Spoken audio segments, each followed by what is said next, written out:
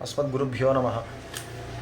श्रीशैलेशदयापात्रं धीभक्तादिगुणार्णवं यतीन्द्रप्रवणं वन्दे रम्यजामातरं मुनिं लक्ष्मीनाथसमारम्भान् नाथयामुनमध्यमामस्मदाचार्यपर्यन्तां वन्दे गुरुपरम्परां यो नित्यमच्युतपदाम्बुजयुग्मरुक्मव्यामोहतस्तरतराणि तृणाय मेने अस्मद्गुरोर्भगवतोऽस्य दिगैकसिन्धो रामानुजस्य चरणौ शरणं प्रपद्ये। मातापिता युवतयस्तनया विभूतिः सर्वं यदेव नियमेन मदन्वयान आद्यस्य नः कुलपतेर्वकुलाभिरामं श्रीमत्तदङ्घ्रिगुणं प्रणमामि मूर्ध्ना भूतं सरश्च महदाह्वयभट्टनाथः श्रीभक्तिसारकुलशेखरयोगिवाहान् भक्ताङ्घ्रिरेणुपरकालयतीन्द्रमिश्रान् श्रीमत्पराङ्कुशमुनिं प्रणतोऽस्मि नित्यम्। नीलातुङ्गस्तनगिरितटी सुप्तमुद्बोध्य कृष्णं पारार्थ्यं स्वं श्रुतिशतशिरः सिद्धमध्यापयन्ति स्वोच्छिष्ठायां स्रजिनिगलितं या बलात्कृत्य भुङ्क्ते गोदा तस्यै नमिदमिदं भूय एवास्तु भूयः अन्नवयल புதுவையாண்டாளரங்கற்கு வந்ததிருப்பாவை பல்பதியம் இன்னிசையால் பாடிக் கொடுத்தாள் நற்பாமாலை பூமாலை சூடிக் கொடுத்தாளைச் சொல்லு சூடிக் கொடுத்த சுடற்கொடியே தொல்பாவை பாடியருள வல்ல பல்வளையாய் நாடினி வேங்கடவர்க்கென்ன விதி என்னவிம்மாத்தம் நாங்கடவா வண்ணமே நல்கு. சூடிக் கொடுத்தலாச்சியார் திருவடிகளே சரணம்.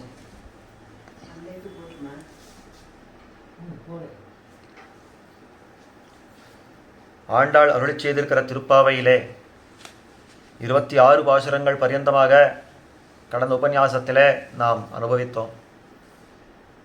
எம்பெருமானை எழுப்பிய கோபிகைகள் அந்த எம்பெருமான் கோப்புடைய சீரிய சிங்காசனத்திலே அமர்ந்திருக்க வேணும், திருவோலக்கத்திலே தான் ஆஸ்தானம் கண்டுள்ள வேணும், அந்த இடத்திலே இவர்கள் போய் விண்ணப்பிக்க வேணும். அந்த சிம்மாசனத்தில் உட்கார்ந்தபடிக்கு அவன் சிம்மாசனத்தில் அமர்ந்தபடிக்கு ஆம் இந்த விஷயத்தை தந்தோம்னு ஒரு வார்த்தை சொல்ல வேணும்னு ஆசைப்பட்ட இந்த கோபிகள்.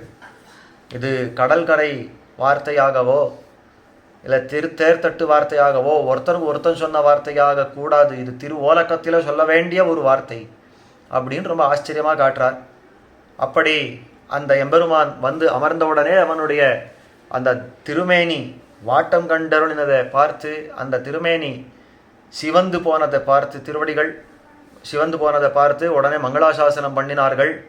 உடனே கண்ணன் கேட்குறா, கோபிகளே என்ன வேணும் அப்படின்னு கேட்குறச்சே, நான் வேற ஏதோ ஆசைப்பட்டு வரல, உன்னை அறுத்தித்து வந்தோம் அப்படின்னு ரொம்ப ஆச்சரியமாக அந்த பிராப்பியத்தை அங்கே அற்புதமாக காட்டி கொடுத்தா ஆண்டாள். அது மேலே நேற்றைய தினம் பாசுரம் அனுபவிக்கிற இடத்துல மாலே மணிவண்ணா மார்கழி நீராடுவான் வேலையார் செய்வர்கள் வேண்டுவன கேட்டியல் அப்படின்னு இந்த விஷயத்தில் பார்க்குறச்சே போல்வன சங்கங்கள், அதாவது நாம் நோன்புக்கு நோக்கிற வேண்டிய பதார்த்தங்கள் நமக்கு கொடுக்க வேணும். உன்னுடைய பாஞ்சஜன்யத்தை போல இருக்கிற வெண் சங்கங்கள் இதெல்லாம் எங்களுக்கு கொடுக்கணும். அதே மாதிரி போல்வன சங்கங்கள் போய்ப்பார் உடையனவே சால பெரும் பறையே, அந்த பறை வாத்தியத்தை கொடுக்கணும். பல்லாண்டு இசைப்பார்கள் என்ன, கோல விழுக்கு என்ன, கொடி விதானங்கள் என்ன, இதெல்லாவற்றையும் நீ கொடுக்க வேணும் அப்படின்னு சொன்ன உடனே, ஆலின்லியா அருள் அப்படின்னு சொன்ன உடனே இதை கொடுத்தான் எம்பெருமான். இந்த இடத்துல ரொம்ப ஆச்சரியமாக ஒரு விஷயத்தை காட்டுறார். அதாவது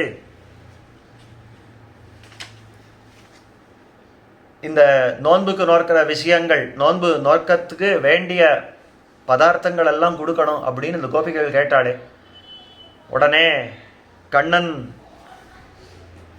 அதை கொடுத்து அது இத்தோட சரியா, இது மேலே ஒன்றும் இல்லையா அப்படின்னு கேட்கவே கோபிகள் சொல்கிறாளா, இந்த முன்னாடி இருந்த அந்த மாலை மணிவண்ணா பாசுரத்தில் நோன்புக்கு வேண்டிய விஷயங்கள் எல்லாம் இந்த பாசுரத்தில் எடுத்துட்டோம்.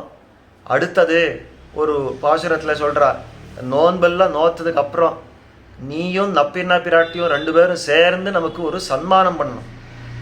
இப்போ ஏதோ ஒரு கைங்கரியம் பண்ணுறா, கைங்கரியம் பண்ணினால் பெருமாள் அடுத்த காரியம் என்ன பண்ணுறாருன்னா, அந்த கைங்கரப்பர்களை தன் முன்னாடி நிறுத்தி கொண்டு உடனே மாலை பிரசாதங்கள் என்ன, கையடைக்காய் அப்படின்னு சொல்லக்கூடிய அந்த தாம்பூலாதிகள் என்ன, இதெல்லாத்தையும் கொடுத்து, சந்தனாதிகள் எல்லாம் கொடுத்து, நீ பண்ண கைங்கரத்துக்கு நாடு புகழும் பரிசு இது நான் கொடுத்தோம் அப்படின்னு சொன்னால் அதை யாம்பெரு சம்மானம்னு ஏற்றுக்கிறா இந்த கைங்கரிய பரர்கள்.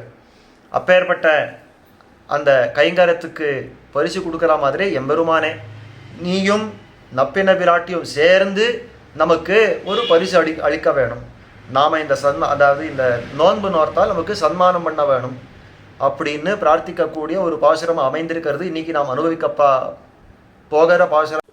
கூடாரை வெல்லும் சீர் கோவிந்தா உந்தன்னை பாடி பறிகொண்டு யாம்பெரு சம்மானம் நாடுபுகளும் பரிசனால் நன்னாகா சூடகமே தோள்வளையே தோடே செவிப்பூவே பாடகமே என்னனைய பல்கலனும் யாமணிவோம் ஆடையொடுப்போம் அதன் பின்னே பால் சோறு மூடனை பெய்து முழங்கை வழிவார கூடியிருந்து குளிர்ந்தேலோரெம்பாவாய் அப்படின்ற இந்த பாசுரத்தில் ஆண்டாள் பிரார்த்திக்கிறது இந்த சன்மானத்தை. பெருமாளும் பிராட்டியுமாக கூடியிருந்து நமக்கெல்லாம் கைங்கரியம் கொடுக்க வேணும் அப்படியும் பிரார்த்திக்கிறார். ரொம்ப ஆச்சரியமான ஒரு பாசுரம். இதில் கண்ணன் கேட்குறான் கோபிகைகளுக்கு, இந்த நோன்புக்கு வேண்டிய விஷயங்கள் எல்லாம் கொடுத்தனே அது போருமான்னா, அதுக்கு தான் முன்னாடியே விண்ணப்பிச்சேன். இல்லை நோன்புக்கு வேண்டிய பதார்த்தங்கள் எல்லாம் முன்னாடி பெத்தாச்சு, இப்போ நமக்கு நாடுபுகளும் பரிசு நீ அளிக்க வேணும், அந்த சன்மானத்தை நீ பண்ண வேணும் அப்படின்னு உடனே கண்ணன் உடனே கேட்குறானா, கோபிகர்களே நான் உங்களுக்கு சன்மானம் பண்ணுறது இருக்கட்டும், என்னுடைய நீர்மை அதாவது என்னுடைய சௌலபியத்தை பார்த்து நான் உங்களுக்காக எழுதப்பட்டேன், அதாவது என்ன உங்களுக்காக எழுதி கொண்டீங்கோ, உங்களை நான் எனக்காக எழுதிக்கணும், உங்களை நான் அனுபவிக்கணும், உங்களுடைய கைங்கரத்தை நான் கொள்ளணும் அப்படின்னு நான் ஆசைப்பட்டேனே, அது முடியாமல் போச்சே, என்ன நீங்கள்னா எழுதி கொண்டீங்கோ, என்னுடைய சௌலபியத்தை பார்த்து இப்படியா பண்ணீங்கோ அப்படின்னா அதுக்கு தான் பதில் சொல்கிறாளா ஆண்டாள். ரொம்ப ஆச்சரியமாக சொல்கிறார். கூடாரை வெல்லும் சீர் கோவிந்தா. கூடாரை வெல்லும் சீர் அப்படின்னு என்ன, அவனோட கூட மாட்டோம்னு இருக்கிறவர்களே நன்னா ஜெயிச்சு விடுறானா எம்பெருமான். இதை முன்னாடியும் பார்த்துருக்குறோம். அந்த எம்பெருமான் விரோதத்தை போக்குறவன், விரோதிகளிடத்துல விரோதத்தை எல்லாம் போக்குறவன் அப்படின்னு பார்த்துருக்குறோமே.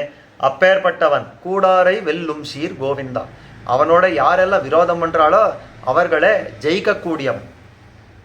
உடனே சொன்னா, அப்போது 2 பேர் இருக்கா சுவாமி, இவன் ரொம்ப புத்திசாலி அப்படின்னு ஒருத்தனை கை காட்டினா, இன்னொருத்தன் அனுத்தமான ஒரு விஷயம், அந்த அனுத்த சமுச்சயம்னு எதை சொல்கிறான்னா வேற ஒன்றும் இல்லை, பக்கத்தில் இருக்கிறவன் அவ்வளோ சாமர்த்தியம் போராது, புத்தி சாமர்த்தியம் போராதுன்னு அர்த்தம் தன்னடியே சித்திச்சுடுறது. 2 பேர் நிற்கிறா, ஒருத்தனை ரொம்ப புத்திசாலியும் புகழ்ந்தா, இன்னொருத்தனுக்கு அந்த அளவுக்கு சாமர்த்தியம் போராதுன்னு சித்திக்கிறா போல. இங்கே கூடாரை வெல்லும் சீர் அப்படின்னு சொல்லியிருக்கா. அப்போ கூடோம் நான் எம்பெருமான் கூட நான் சேர மாட்டேன்னு இருக்கிறவன், அந்த விரோதியே அவன் வெல்றான் அப்படின்னா தன்னடியே சித்திக்கக்கூடிய இன்னொரு விஷயம் என்னன்னா, கூடுவோம் என்று இருப்பார்க்கு தோற்கும் கோவிந்தன். எம்பெருமான் இருக்கிறானே, ஜிதந்தே புண்டரீகாட்சா, நாம் ஒரு வார்த்தை சொன்னால் எம்பெருமானே நான் உன் கூட இருக்கணும், உனக்கு நான் அடிமைகள் செய்ய வேணும் அப்படின்னு ஒருத்தன் சொன்னானே, ஆனால் அவனுக்கு தோத்து போயிடுவானா எம்பெருமான், அவனுக்கு பரதந்திரப்பட்டு வந்துடுவான் எம்பெருமான். ஆசிரித பாரதந்திரம்ன்றது அங்கே காட்டிடுவான் எம்பெருமான். ஆனபடியாலே ஆண்டாள் சொல்றா, உனக்கு நம்ம ஜெயிக்க முடியாது, உன்னாலே நம்ம எல்லாம் ஜெயிக்க முடியாது எம்பெருமானே. ஏன்னா நீ கூடாரை வெல்லும் சீர் கோவிந்தன், நாங்கள் விரோதம் பண்ணி வராதபடியாலே உன்னாலே எங்களை எல்லாம் ஜெயிக்க முடியாது. ஒரு சின்ன விஷயம், அர்ஜுனனுக்கு கண்ணன் காட்டின ஒரு விஷயம். அர்ஜுனன் மேலே நாராயணாஸ்திரத்தை பிரயோகம் படுத்துட்டா, இந்த நாராயணாஸ்திரம் வருது, அர்ஜுனனுக்கு கையாடலை காலாடலை, இந்த நாராயணாஸ்திரம் என்ன நாசம் பண்ணுறதே, இதுக்கு மேலே உண்டான ஒரு அஸ்திரமே இல்லையே, நான் என்ன பண்ணுறது அப்படின்னு அவன் கஷ்டப்படுற காலத்தில் கண்ணன் சொன்னானா, வில்ல கீழே போடு, அம்ப கீழே போடு, கையை கூப்பு. இந்த கையை கூப்பினா என்ன ஆறுது, இந்த அம்பு வில்லு வச்சு தானே நான் எதிர்த்து சண்டை போடணும் தான் கண்ணன் சொன்னானா, இந்த அஸ்திரம் என்ன போல, என்னுடைய அஸ்திரம் என்ன போல, எல்லாத்தையும் கீழே போட்டு கையை கூப்பு, அப்போதான் அது அடங்கும். நீ கையில் வில்ல எடுத்த, நீ இன்னைக்கே போனேன்னு வச்சுக்கோ, உன்னால இதை எதிர்க்கவே முடியாது அப்படின்னு காட்டினான்னு சரித்திரம். எதனால சொன்னேன்னா, நான் சேர மாட்டேன்னு ஒரு செருக்கு காட்டினால் எம்பெருமான் அவனே தன் பக்கத்தில் ஆக்கிக்கிறதுக்கு, அந்த விரோதத்தில் போக்குறதுக்கு என்ன வேணுமோ அதை பண்ணிடுவன். ஆனால் நான் கூடுவோம் ஜிதந்தே, உனக்கு தான் வெற்றி, உனக்கு தான் ஜெயம், நாங்கள் உனக்கு தோத்து வந்திருக்கிறோம் அப்படின்னு சொல்றவர்களுக்கு இவன் அடிபணிந்து நடக்கிறான். எங்கே பார்க்கலாம் அப்படின்னாக்கா, அர்ஜுனன் இந்த எம்பெருமானுக்கு சரணாகதி பண்ணானா இல்லையா, அந்த சரணாகதி பண்ண மாத்திரத்தில் இந்த பாண்டவர்களெல்லாம் சரணாகதி பண்ணியிருக்காளே, அந்த மாத்திரத்தில் எம்பெருமான் தன்னை எப்படி ஆக்கி கொடுத்தான் அப்படின்னாக்கா, ஒரு தூதனா நடந்தா ஒரு சாரதியா போனான். இத்தனைக்கும் தூதனா போறது ஒரு பெரிய தொழில் என்ன கிடையாதே, ஒரு நாய் தொழில் அப்படின்னு காட்டுற. ஒரு நாய்க்கு கழுத்துல ஒரு ஓலை கட்டி அனுப்புற ஒரு இடத்துக்கு இந்த கண்ணன் தன்னுடைய கழுத்துல இந்த ஓலை கட்டிண்டு இந்த ஹஸ்தினாபுரத்துக்கு வந்திருக்கிறான். அப்போ நாய் பண்ணக்கூடிய ஒரு காரியத்தை கண்ணன் சர்வலோக மகேஸ்வரேஸ்வரன் பண்ணியிருக்கிறான். அதே மாதிரி சாரதி, இந்த சாரதி எப்பேற்பட்டவன்னா, திரு தேர்தட்டில் அந்த சாரதி அமர்ந்திருக்கிறான் எம்பெருமான். அந்த தேர்தட்டில் அந்த சாரதி உட்காந்துருக்கச்சே, ரத்தியானவன் யுத்தம் பண்றச்சே அவன் பேசலாம் முடியாது, இந்த சாரதியை பார்த்தெல்லாம் சொல்ல முடியாது. ஆனபடியாலே காலாலே மிதிச்சு மிதிச்சு அவனுக்கு முன்னே போ, நில்லு, இப்படி திரும்ப அப்படி திரும்புன்றதெல்லாம் ஒரு காலாலே மிதிக்கிறதுலையே காட்டுவான். அந்த காரியத்தை அர்ஜுனம் பண்றச்சே அதெல்லாத்தையும் ஏத்துண்டானே. எப்பேற்பட்ட சர்வலோக மகேஸ்வரேஸ்வரன் இந்த காரியங்களெல்லாம் பண்ணானே. இதெல்லாம் பண்ணி ஏதாவது கஷ்டப்பட்டானா இல்லை, இதுவே பெரிய பேரு அப்படின்னு தான் கொண்டான். பார்த்த சாரதியா நெடுநெடும் பெரிய திருவுருவத்தோட நிற்கிறான். பாண்டவதூதன்னு அவ்வளோ பெருசா அமர்ந்திருக்கிறான் எம்பெருமான். இதெல்லாம் என்னத்தை காட்டுறதுன்னா, கூடுவோம் இருப்பவர்களுக்கு தான் தோத்து போயிடுவான் எம்பெருமான். அவர்கள் அடியில போய் அவர்களுக்கு காரியம் பண்ணுவான். கூடோம் இந்த எம்பெருமான் பக்கத்திலே நான் சேர மாட்டேன்னு இருக்கிறவர்கள், அந்த விரோதிகளுக்கு அவன் தன்னுடைய வீரத்தை காட்டுவன் அப்படின்றத ரொம்ப ஆச்சரியமா காட்டுறா. கூடாரை வில்லும் சீர் கோவிந்தா.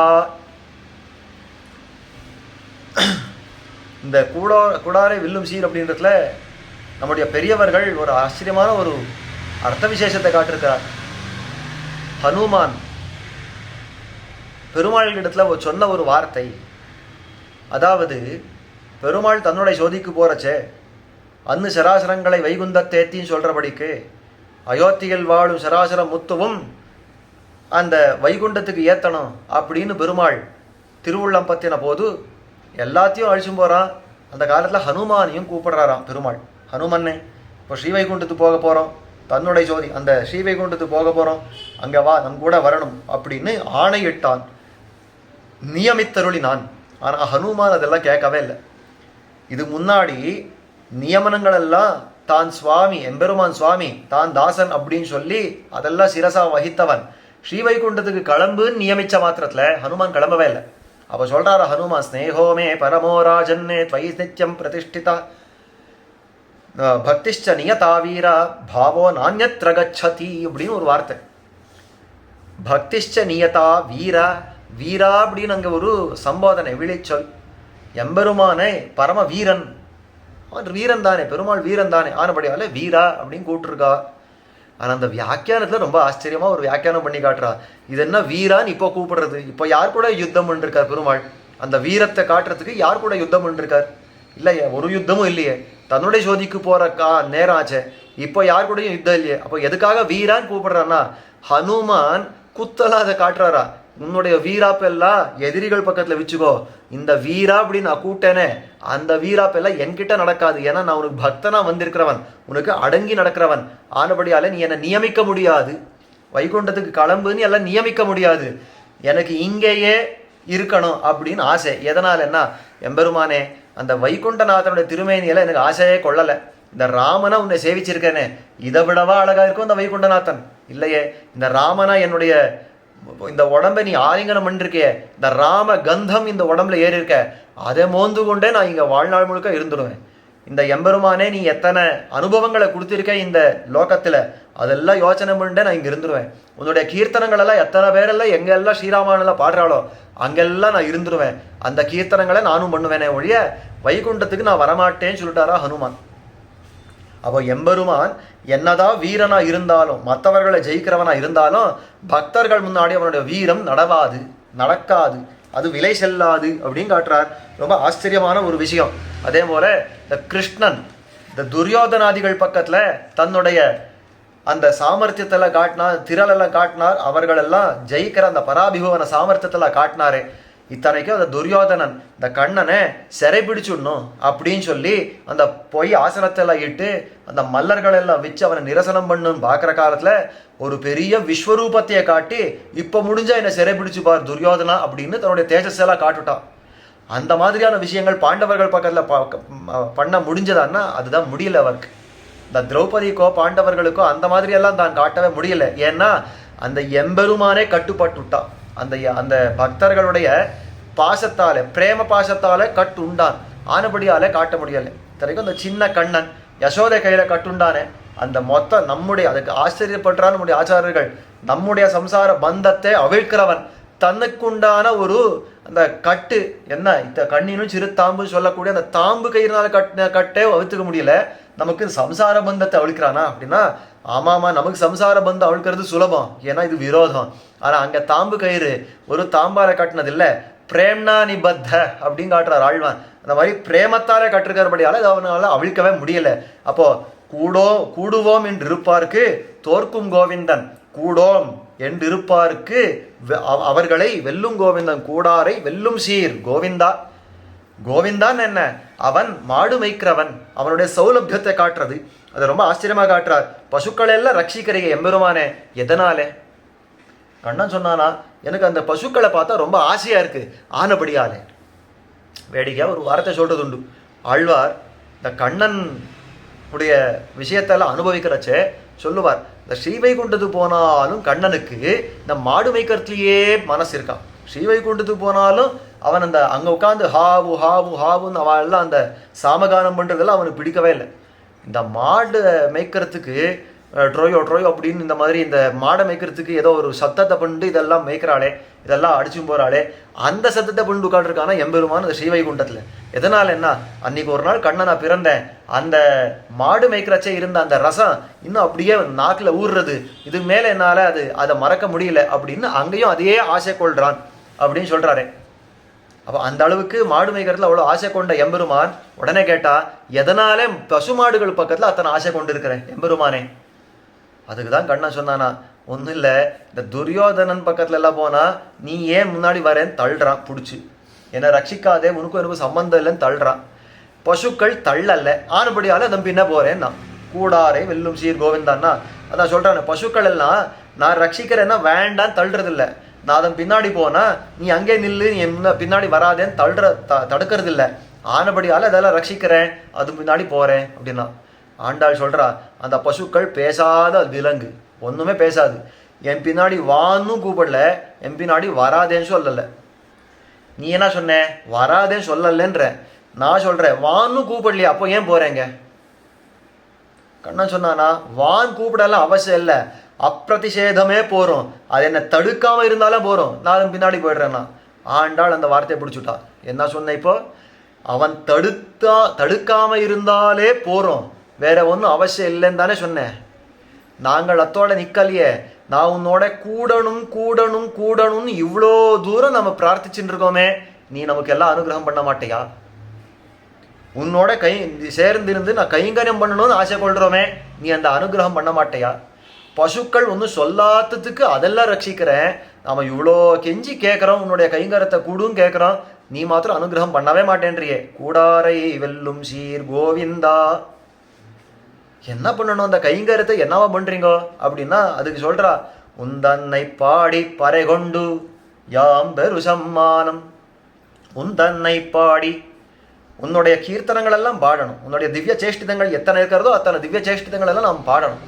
பாடி பறை கொண்டு, பறை கொள்றதுன்னா உனக்கு கைங்கரியம் பண்ணணும், அத்தாணி சேவகம் அப்படின்னு காட்டுறா. அத்தாணி சேவகம்னா அந்தரங்க கைங்கரியங்கள், ஏதோ மேலிருந்த வாரியா வந்தேன் நின்னேன் சேவித்தேன் போனேன் அப்படின்னு இல்லாமல் அந்தரங்கமாக பண்ணக்கூடிய எத்தனை கைங்கரியங்கள் இருக்கிறதோ, அதாவது அவனுக்கு ரொம்ப நெருக்கமாக போய் அவனுக்கு கைங்கரியங்கள் பண்ணணும் அப்படின்னு காட்டுறதே அந்த விஷயமாக சொல்றது. அப்போ தன்னை பாடி பறை கொண்டு யாம் பெரு சம்மானம், இதெல்லாம் பண்ணி நாம் பெறக்கூடிய பெரிய சம்மானம் என்ன தெரியுமா? அதுக்கு தான் கேட்குறா, என்ன வேணும் அப்படின்னு பெருமாள் கேட்குறச்சே சொல்கிறா, நாடு புகழும் பரிசினால் நன்றாக சூடகமே தோள்வளையே தோடே செவிப்பூவே பாடகமே என்று அனையப்பல் கலனும் யாமணிவோம். நாடு புகழும் பரிசு, நீ கொடுக்குற பரிசு இருக்கிறதே ஏதோ ஏகாந்தத்தில் நானும் நீயும் இருக்கிறச்சே நீ எனக்கு கொடுத்து நான் சந்தோஷப்படுற பரிசாக இருக்கக்கூடாது. என்ன எப்படி இருக்கணும்னா, நாடு புகழும் பரிசு, ஊரே கொண்டாடணும். பாத்தியா பாத்தியா ஆண்டாள் எப்பேற்பட்டவோ, பெருமாள் ஆண்டாளுக்கு இந்த பரிசை கொடுத்திருக்கா இந்த பரிசை கொடுத்திருக்கான்னு நாடு புகழணும். அப்பேற்பட்ட பரிசை நீ கொடுக்கணும். நாடு புகழும் பரிசினால் எதே போலே. அதுக்கு ரொம்ப ஆச்சரியமா 2 உதாரணம் காட்டுறான்னு முடியா பெரியவர்கள். அதாவது இந்த சுகசாரணர்கள் அப்படின்னு 2 சாரர்கள், கூடச்சாரர்கள். அவ 2 பேரும் ராவணனிடமிருந்து ராமனுடைய சேனை, இந்த வானர சேனையை பார்க்கறதுக்குன்னு வரா. இந்த வந்த இடத்துல அவள் பிடிப்பட்டா, தப்பிச்சு போயிட்டா. அதாவது விபீஷணாள் வந்து பிடிச்சுட்டார். அதுக்கப்புறம் ராமன் இருக்கட்டும், அவர் வந்து எங்களுடைய பலாபலங்களை பார்த்துட்டு போகட்டும் அப்படின்னு அனுமதி கொடுத்து அவர் அனுப்பிச்சுட்டார். அனுப்பிச்சதுக்கு அப்புறம் இந்த சுகசாரணர்கள் போராளி நேராக ராவணங்கிட்ட போனான். ராவணன் கேட்குறான், என்ன பார்த்தேங்க, எத்தனை பேர் இருக்கா, என்ன பலம் என்ன அபலம் அப்படின்னு எல்லாம் கேட்குறாச்சே. அவன் சொல்கிறான், சொல்கிற ஒரு வார்த்தை இருக்கே, ரொம்ப ஆச்சரியமான வார்த்தை. ராவணா, இப்போவும் உனக்கு ஒரு பொழுதும் மீறி போகலன்னு வச்சுக்கோ. இப்போ கூட போய் சரணாகதி பண்ணால் நீ பொழைச்ச இல்லையா, அந்த அந்த சேனையை உன்னால வெல்ல முடியாது. யாருக்கு சொல்கிற வார்த்தை? ஒரு சாரன் தன்னுடைய சுவாமியான ராவணனுக்கு சொல்கிற வார்த்தை. பயமே இல்லை அவனுக்கு. ராமனை பார்த்து வந்தான இல்லையா, அந்த பயமே போடுத்து. நாடு புகழும் பரிசுன்னா இதன்னும் எம்பெருமான் கூட நம்ம இருக்கிறோம் அப்படின்னா நாடு புகழ்றது. விரோதிகள் புகழ்றான். அந்த சுகசாரணர்கள் சொல்கிறான், உன்னால அந்த ராமனை வெல்லவே முடியாது, எழுதி வச்சுக்கோ. நீ இப்போவும் அவன்கிட்ட சரணாகதி பண்ணாதான் உண்டு, அது சாமானியமான பலமாவே இல்லை அப்படின்றான். அதே போல இன்னொன்று சரித்திரம் சொல்லப்படுறது. கண்ணன் ஒரு காலத்தில் இந்த சத்யபாமா பிராட்டி இருக்காலும், சத்யபாமையும் கண்ணனும் அர்ஜுனனும் திரௌபதியும் இருந்த காலம். இந்த சத்யபாமையோட மடியில் கண்ணன் தலை வச்சு படுத்துட்டு இருக்கான். இந்த திரௌபதியோட மடியில் அர்ஜுனன் தலை வச்சு படுத்துட்டு இருக்கான். அந்த காலத்தில் அர்ஜுனன் எப்படி படுத்துட்டு இருக்கான்னா, அந்த திரௌபதி மடியில் ஒரு தலையும் வச்சுட்டு தன் காலை எடுத்து கண்ணன் காலில் வச்சு படுத்துட்டு இருக்கான். கண்ணன் மேலே கால் வச்சு படுத்துட்டு இருக்கான் இந்த அர்ஜுனன்.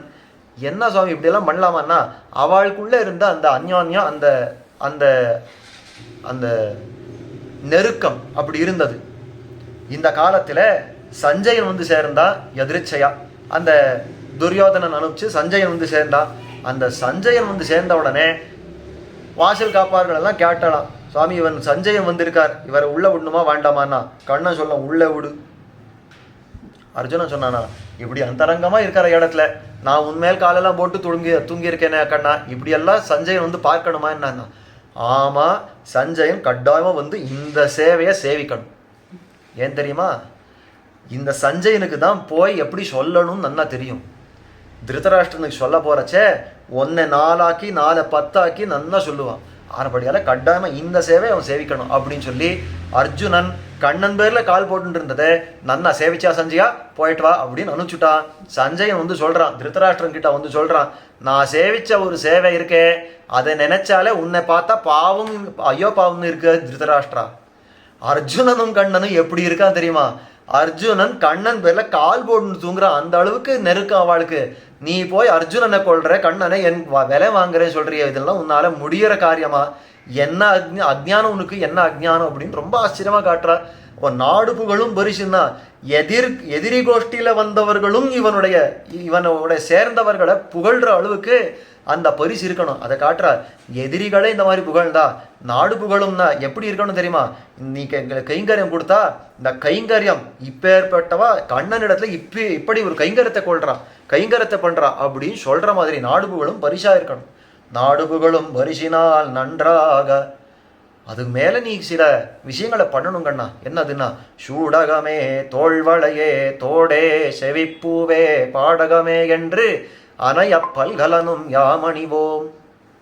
எத்தனை திருவாபரணங்கள் இருக்கிறதோ எல்லாத்தையும் நாம் அணிவோம், நாம் அணிஞ்சுக்கிறோம்னு அர்த்தம்.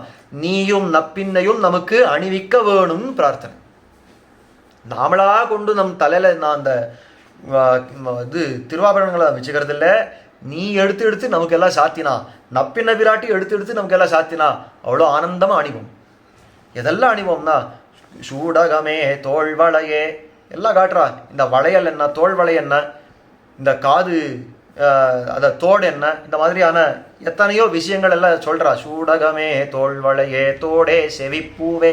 செவிப்பூன்னா இந்த காது மேலே சாத்திக்கிறாளே, இந்த மாதிரியான விஷயங்கள் அதெல்லாம் காட்டுறா. செவிப்பூவே பாடகமே என்னனைய பல்கலனும் யாம் அணிவோம். எல்லா திருவாபரணங்களும் நாம் அணிவோம்.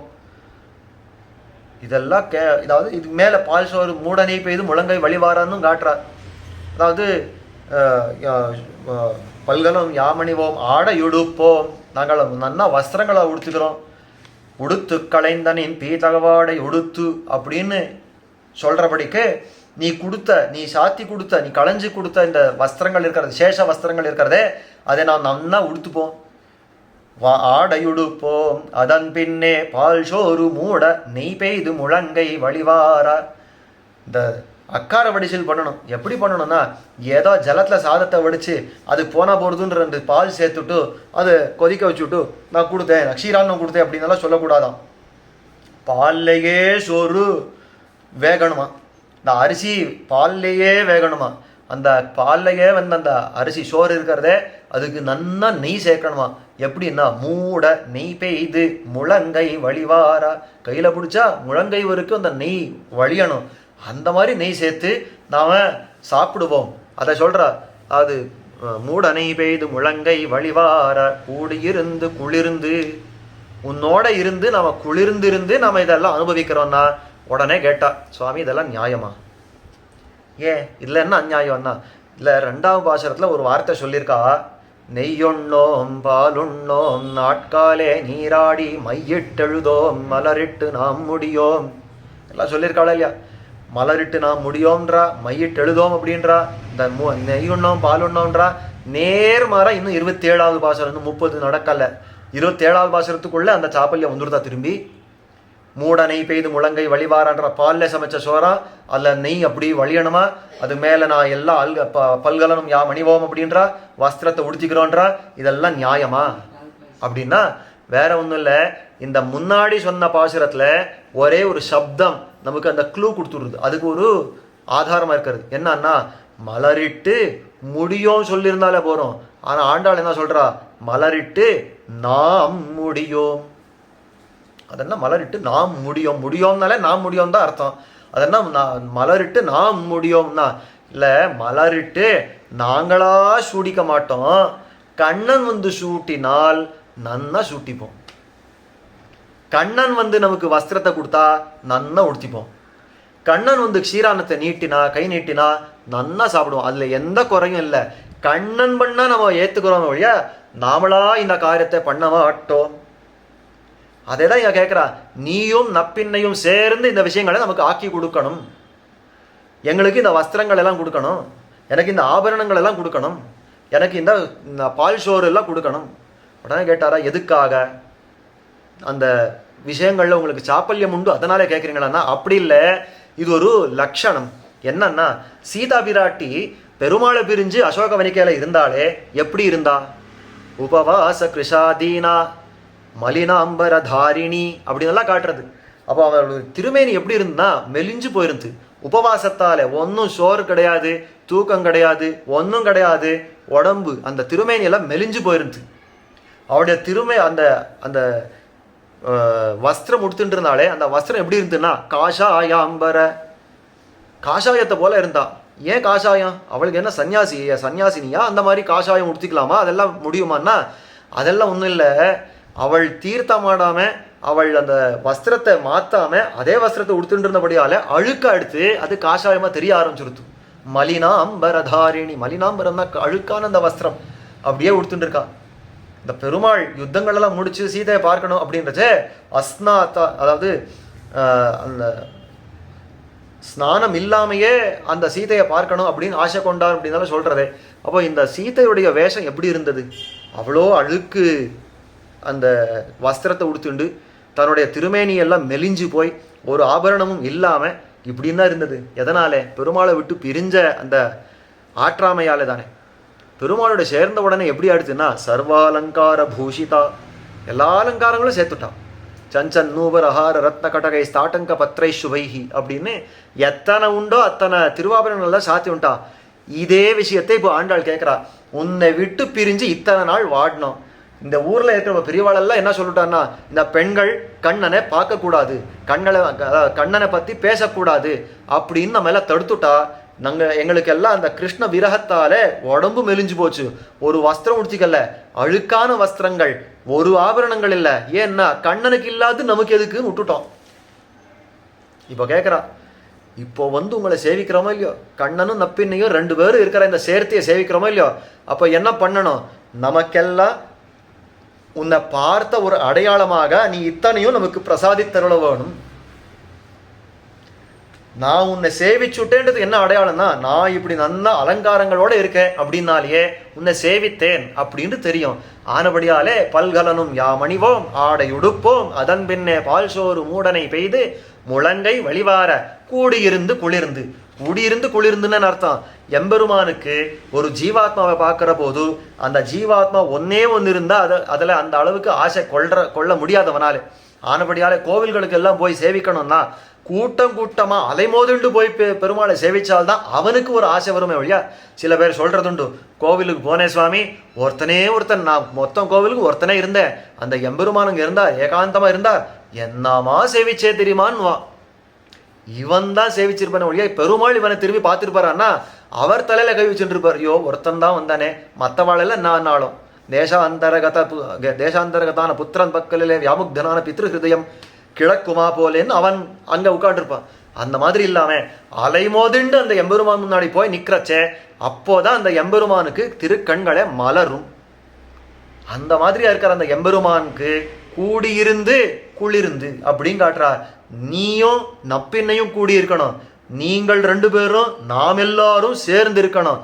இந்த மாதிரி இருந்தால் தான் 2 பேருக்கும் குளிர்ந்துன்னு அர்த்தம். 2 பேருக்கும் மனசு நன்னா சுகமா இருக்கணும், 2 பேருக்கும் அந்த சௌக்கியம் ஏற்படணும்னா நீயும் நம் கூட சேரணும், நாங்களும் உன் கூட சேரணும்.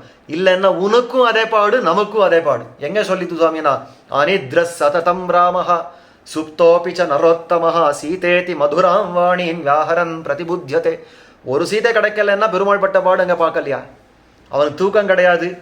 அனித்ர சததம், கங்குலும் பகலும். இன்னைக்கு இந்த அத்தியானத்துல சேவிக்கிறது உண்டு, கங்குலும் பகலும் கண் துயிலறியாள் கண்ணநீர் கைகளால் இறைக்கும் அப்படின்னு சேவிக்கிறாளே. அந்த கங்குலும் பகலும், கார்த்தாலையும் பகல் வேளையும் தூக்கம் கிடையாது, ராத்திரி வேளையும் தூக்கம் கிடையாது, அந்த மாதிரி பாடுபடுறான் காட்டுறாளே.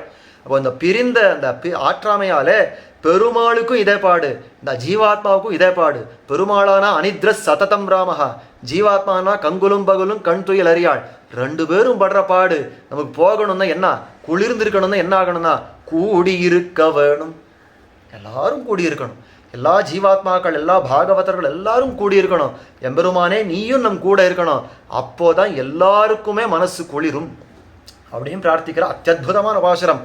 கூடாரை வெல்லும் சீர் கோவிந்தா உந்தன்னை பாடிப்பறை கொண்டு யாம்பெரு சம்மானம் நாடுபுகளும் பரிசினால் நன்றாக சூடகமே தோள்வளையே தோடே செவிப்பூவே பாடகமே என்னனைய பல்கலனும் யாமணிவோம் ஆடையொடுப்போம் அதன் பின்னே பால் சோறு மூடனை பெய்து முழங்கை வழிவார கூடியிருந்து குளிர்ந்தேலோ ரெம்பாவாய் அப்படின்ற பாசுரம். பெரியவர்கள் காட்டுற ஒரு அற்புதமான விஷயம் இந்த பாசுரத்திலே. ஒரு முக்தாத்மா ஸ்ரீவைகுண்டத்துக்கு போனால் அவன் எப்படி அந்த எம்பெருமான் அனுபவிப்பன் அப்படின்றத காட்டுறது. அப்போ இந்த அலங்காரங்கள் எல்லாம் பண்ணிட்டு போறானே, இந்த அலங்காரங்கள் எல்லாம் இவனுக்கா பெருமாளுக்கா? ஏதோ இவன் பண்ணிட்டு போறான். அதாவது பெருமாள் முன்னாடி போறச்சே பெரிய பெரிய செயினா போட்டு போறா, கையில கடகமா போட்டு போறா, மோதிரமா போட்டு போறா, எத்தனை உண்டா எல்லா ஆபரணங்களும் தன் உடம்புல சாத்திட்டு போறான். இந்த பட்டு வேஷ்டியா உடுத்துன்னு போறான், பட்டு சேலையா கட்டிட்டு போறான். இதெல்லாம் மாதிரி போறது இவனுடைய ஆனந்தத்துக்கா அப்படின்னா கிடையவே கிடையாது. இதெல்லாம் பார்த்து பெருமாள் ஆனந்திக்கிறதுக்கு. நாங்கள் எல்லாம் அன்னமா இருக்கிறோம். சக்கரை பொங்கல் சாப்பிடணும்னா அதுக்கு வேண்டிய வெல்லம் சரியா பதத்துல விழுந்திருக்கணும், அதுக்கு வேண்டிய நெய் சரியான பதத்துல இருக்கணும், அதுக்கு வேண்டிய ஏலக்காய் பொடியோ என்னவோ அதெல்லாம் சரியான பரிகாரங்கள் எல்லாம் சரியான பதத்துல இருந்தாதான் சாப்பிட்றதுக்கு ஒரு ஆனந்தம். அந்த மாதிரி அவன் முன்னாடி நிற்கிற ஜீவாத்மாவும் அலங்காரங்களோட சந்தோஷத்தோட நிற்கிறச்சுதான் அந்த எம்பெருமானுக்கு ஒரு ஆனந்தம். அப்போ முக்தாத்மா எப்படி போறான்ற ஒரு விஷயத்தை இங்க காட்டுறார். அகமன்னம் அகமன்னம் அகமன்னம். அந்த எம்பெருமானுக்கு இவன் அன்னமா போறான், அந்த எம்பெருமானுடைய ஆனந்தம் இவனுக்கு அன்னமாறுதுன்ற அற்புதமான விஷயம் இந்த பாசுரத்துல காட்டப்பட்டது. இது மேல எம்பெருமான் ரொம்ப ஆச்சரியமாக ஒரு வார்த்தை சொல்றானா, எதுக்காக நான் இதெல்லாம் உனக்கு பண்ணி கொடுக்கணும்னு கேட்டுட்டான் கடைசியில. அதுக்கு பதில் அடுத்த பாசுரத்துல அளிக்க போற. நாளைய தினம் அதை அனுபவிக்க பிராப்தம். திருவாடிப்பூரத்தில் செகத்துதித்தாள் வாழியே திருப்பாவை 30 செப்பினாள் வாழியே பெரியாழ்வார் பெத்தெடுத்த வெண்பிள்ள வாழியே பெரும்பூதூர் மாமுனிக்கு பின்னானாள் வாழியே 143 உரைத்தாள் வாழியே உயர் அரங்கற்கே கண்ணி உகந்தளித்தாள் வாழியே மறுவாரும் திருமல்லி வளநாடி வாழியே வண்புதுவை நகர்கோதை மலர்பதங்கள் வாழியே ஸ்ரீமதே சௌமியஜாமாத்ருமுனீந்திராய மகாத்மனே ஸ்ரீரங்கவாசினே பூயான் நித்யஸ்ரீ நித்யமங்கலம்.